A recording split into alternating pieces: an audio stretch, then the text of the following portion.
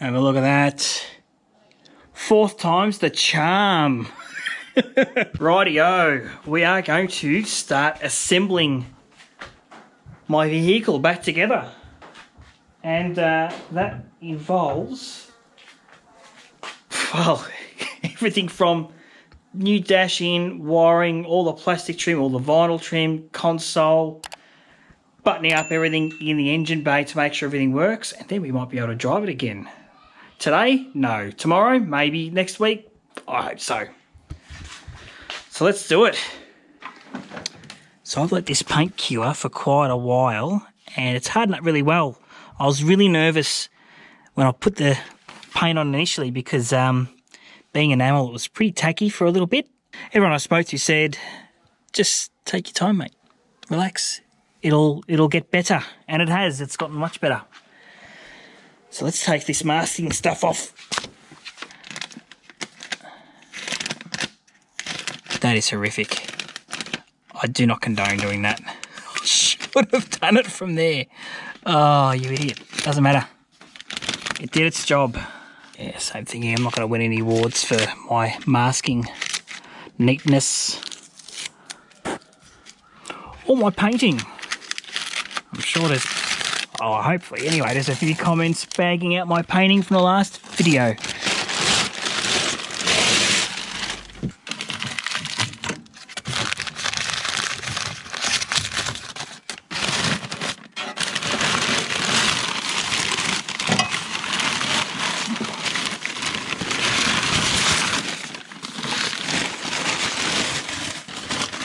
Hello.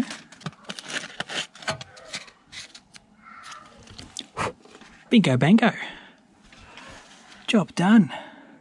Having a look through the windscreen at the dash, I'm pretty happy with that. There's not going to be any obvious bits of brown coming through, even though the backside of the speaker grill doesn't look like it's covered because I couldn't quite get in there when I was spraying. But you're not going to see that because it's going to be covered. These vents here look pretty good. So, overall, winner, winner. Wow, I've gone and purchased one of these kits, which is an insulation kit, because I kept pulling out that crap insulation, like that fiberglassy stuff that was in there, and I really didn't want it back in the car. Here's a bit over here, right? This shit. And as soon as it just leaves so much crap and dust and makes where your feet go really messy. So I bought all this, and well, needless to say, I'm not going to use half of it because I don't want to take the rest of the bloody dash apart. That's for your kick panels. That's your big heater panel thing. That goes around your fuse box, and that goes around like here, something like that. Something like that. Anyway, I only really needed 2 pieces, so I will use this, but just not today because I just want to get this thing back together. And the bits I need are this bit here, which looks like that, and the other bit, which I've just placed up in here. I've had to remove the distribution manifold to the, what do you call that? The demister, just to get that up there and test fit it. And I've had to also loosen the heater box as well. Now, I'm just desperately don't want to take that out because I know as soon as that comes out, everything else is going to come out as well, and I don't want to. I don't want to take any more apart. I've just gone through, given it a vacuum, taken off as much of that old crap as I can, and gave it a wipe with some wax and grease remover to remove any sort of remaining bits of dust and whatnot. It looks okay. Good enough anyway. I've got my first bit in position. What I'm going to do is give it a spray with contact adhesive whilst it's in here. That way, when I put it up, I don't have to maneuver it around these sort of bits and pieces. It's already in position. It doesn't have to be perfect. Like I said, this is going to sit behind the dash. It doesn't really bother me if it's not super perfect or not. As long as I can get everything back in, that's the main thing. So I'll hit it with a bit of this stuff. What have I got? Quick grip. Quick grip. If it's no good, I'll tell you.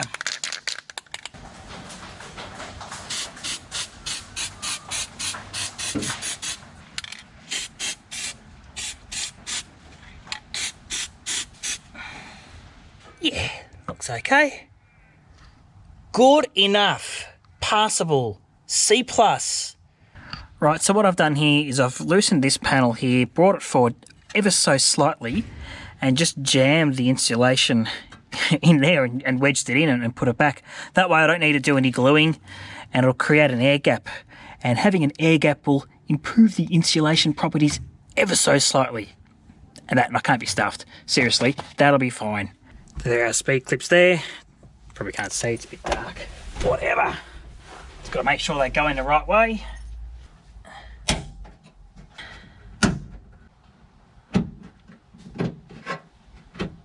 Oh, yes.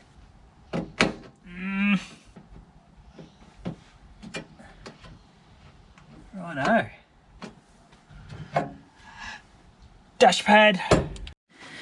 Actually, before I put the crash pad back in, I'm going to chuck this back in, which is the what I call it, the vent distribution manifold or something like that.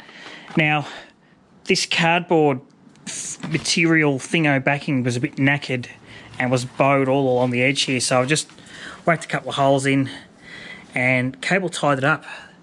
The replacement bit's only like 10 or 15 bucks, but it is a Sunday and all the Ford shops are shut, so that will do for now and probably for the next however many years.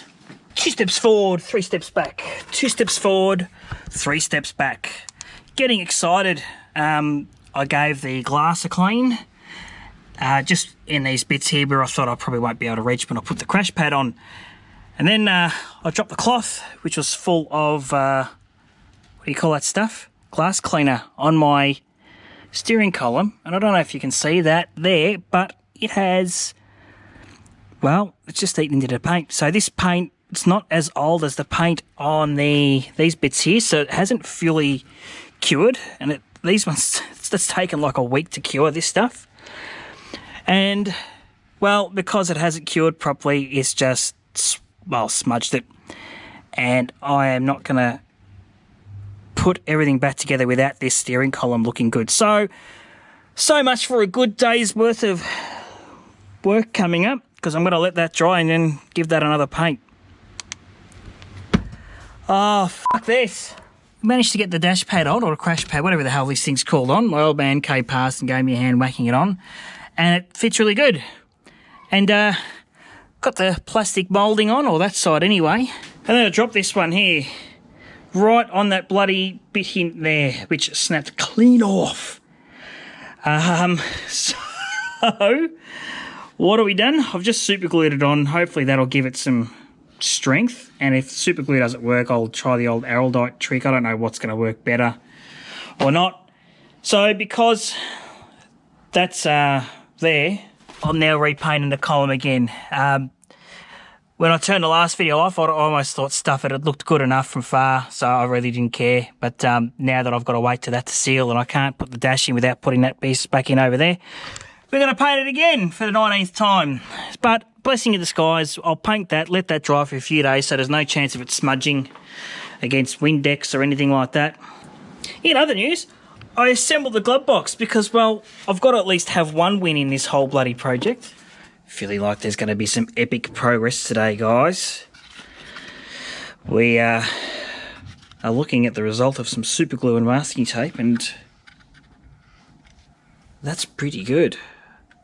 Very happy with that, but I'm not going to test my luck with this thing any longer. I'm just going to whack that straight in the car, do it up very gently. Well, what do you know? That didn't quite go to plan. It came clean off as soon as I put a bit of pressure on it. So, plan B, I think I'm going to just try and, I don't know, fudge this up with one, or just put a little bit of tape there and try and get it to, just so I can get it to like mount, and then fasten it with this one down the bottom. Well, it's worth a try. 50-year-old plastics, the joys. Be careful, be very, very careful. I'm going to chuck the ignition in and I'm going to show you how to do it because it's a bit fiddly. So this is how it came out. You've got to have this sort of backing plate lined up with that locator down there. That slides into, come on, it sort of slides into a ridge that's behind this plastic bit of trim that I put in, which probably should have put in after I did the ignition. But now that it's secure, I just, look, whatever. It's a bit fiddly because that's got to stay in that locator pin. That's got to slot, like that bracket needs to slot into a locator that's on the dash. which is kind of where my finger is behind here. And then you've got to put the ring around it, which there's a tool that I think I'll put up on the screen. There's a tool that you can buy that does this properly, which I should have invested in, which will make this a lot easier. But until then, I'm going to have to struggle with my fingers to tighten this thing up. And we're in. It wasn't too bad. As long as you hold... Look, I could have shown you how to do it. That was a bit of a dick move, not showing. But you got to hold it really tight from behind and screw this in with your fingers like that. I hope I haven't butchered the paint around here. Looks okay. Good enough. All right, globes in. That was easier. Drop it, that's good. Riveting YouTube here. Putting globes in sockets. Well, struggling to put globes in sockets. 10 million views. Because I did these neat little thingos here. I know that my blue socket is for the blue lights that will power the pod gauges, and I've got the other one here to power the thingamajig. What do you call that? Heater. That goes in that one. And that one there will go to the radio, because I think there's a radio control as well. But yeah, I'm quite happy with my little system that I've put in here. Tell me what you think. How shit is my wiring? Right, all the globes are in. Looking pretty good. Those are looking pretty good. Got my driving light switch, which I've got to put in too now. Pro tip, if you're going to put a driving lights or any sort of positive, negative sort of thing, or an on and off, use different colours. This bloke has just chucked them in now. Look, what you can do really is once it's in the thing, if it's not facing the right way, I could just undo it and turn it around, so it's no big deal. All right, we've got some earths here for the bits and pieces, and I've got another hole ready to earth all things on the dash. So there's three. There's the tack. What do we got? Tack, my thermofan, light, and something else. What's the other earth? Oh, the bloody gauge cluster. Duh. So we should be able to just whack them in. All right, let's crack in.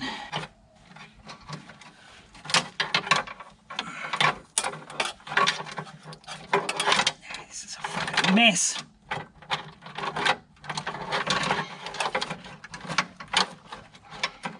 How did it get so messy in the 3.2 seconds I just rested the bloody thing there?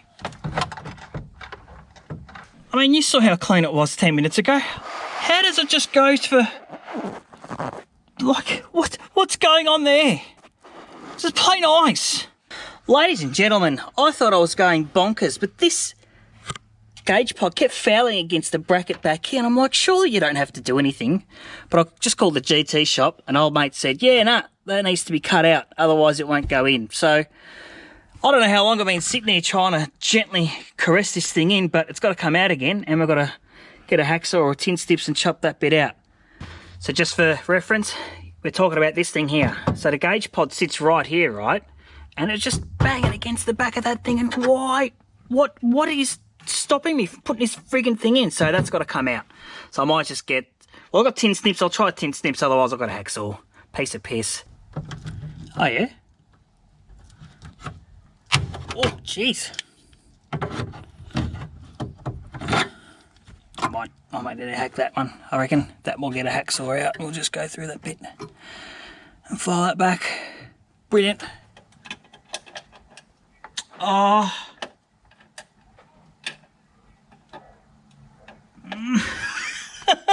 Bloody close on the thing there. Fucking hell.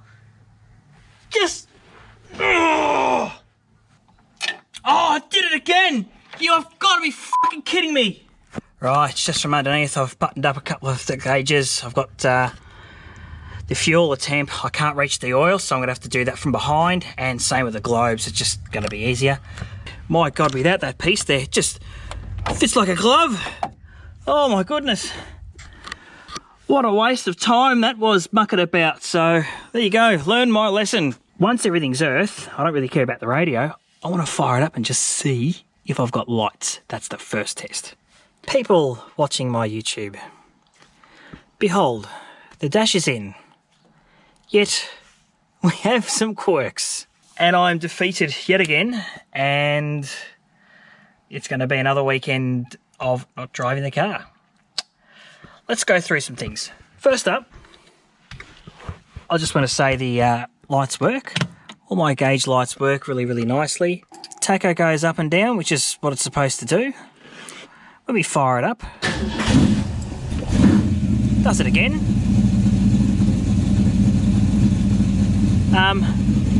Oil gauge seems to just go straight to 100, which is a bit silly, I think. I think that's wrong. And the tacho doesn't like playing ball, so if we just give it a bit of a rev, that's really slow. And if we give it a bit more of a rev, doesn't like it. Doesn't like it at all. Temp gauge looks to be okay. The thermofan light comes on and it's really bright, so I'm going to have to dull that with those resistors. Where's that light going to come on? There it is. So at about that mark there, which I think is about 200. Right, we're looking at the steering wheel. I just need a break from trying to work out what's going on with that tacho. I really should have tested it in the engine bay before I installed it in the car, number one. The second thing I did was I took it back straight away without testing it on this thing. I went to the GT shop, they said, bring it back, sounds funny. Got another one, tested it on this thing and it worked fine. Tested it on mine in the engine bay and it worked crap as well. So that kind of eliminated the tacho being the issue. It was more something funny going with my engine bay. So I got my original one back because I've already painted it white and sort of did my own wiring on it. And doing some problem solving yesterday, turns out it's just earthing. We earthed it here against the radiator hose clamp, and funnily enough, it raised up when I revved it to about 4.5 grand. It went all the way up, so I just need to find a better earth. And in this thing, it just seems that the whole car is a shit earth. But I'm not going to look at that today. I want to get a job done, so I'm actually going to do the badge swap on the steering wheel. So I've got the GS badge, which they only make one type of badge, and it's close-ish to the original one. I think the original GS badges are a bit more red. And given that the car's a Fairmont, it's not a GT, I do want to change this because I would like to reflect the car not being a GT mock-up. So there's two wheels you can get. This is the more expensive one, and it's got more of a better replication of what used to be around the rim. The other one's more of a smooth polished finish, and it's a lot lighter in colour. This has got more of an accurate horn rim blow switch as well. I think you just squeeze it and it blows the horn, whereas the cheaper one's just got a clicky switch. So I actually like the clicky switch better, but the guys say that actually blows fuses a lot more and shorts out. So I've gone for this one here.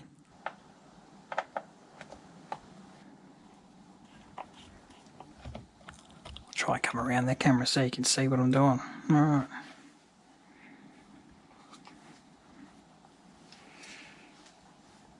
Oh, okay. Oh, rightio. Okay, I see what happens here. So they're my outer screws, 1, 2, 3, and then I've got 3 inner screws.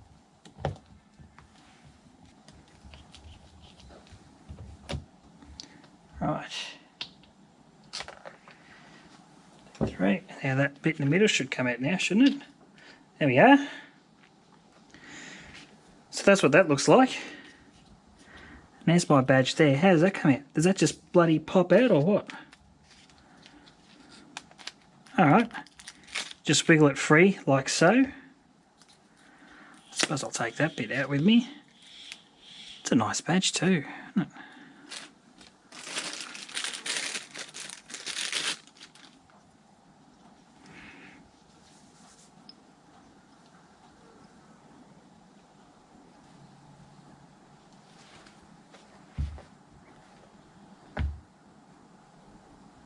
What do I want? That way.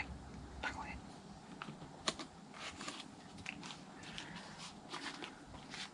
That's better. Much better. I want that badge sitting proud with pride. You're not just another faker GT. you're a fake GS.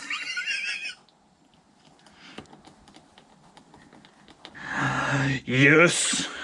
Yes.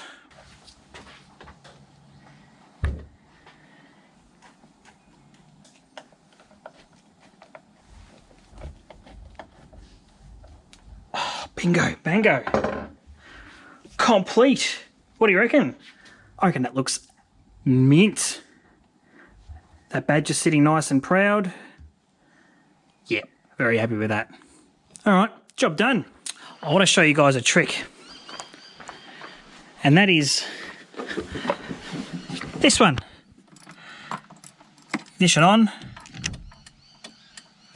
No indicators. Oh, that one's in there still. That's right. But this one, where do you reckon the globe is? Yeah, it's fallen into there. Anyone know a way of getting that globe out without disassembling the whole thing? Oh, woosa! Secure your globes. Make sure they're secure. Don't do what I've done. Fuck me. Alright, I'll show you what I've done. To prevent that happening again, I've just beefed up the globes with a bit of insulation tape just on the actual thingo and secured them in there. So look, insulation tape, that shouldn't melt away or anything like that. Should be okay. And they aren't going anywhere. So I've done that to the indicators, the high beam light and the alternator light, the ones that are most likely to come out. The alternator one's pretty snug in there, so I didn't need to attach it to the actual socket, but just to the actual, you know, make it a bit more snug. So I'm going to come back again another night and nip that back up again, because I've had enough. I'll see you.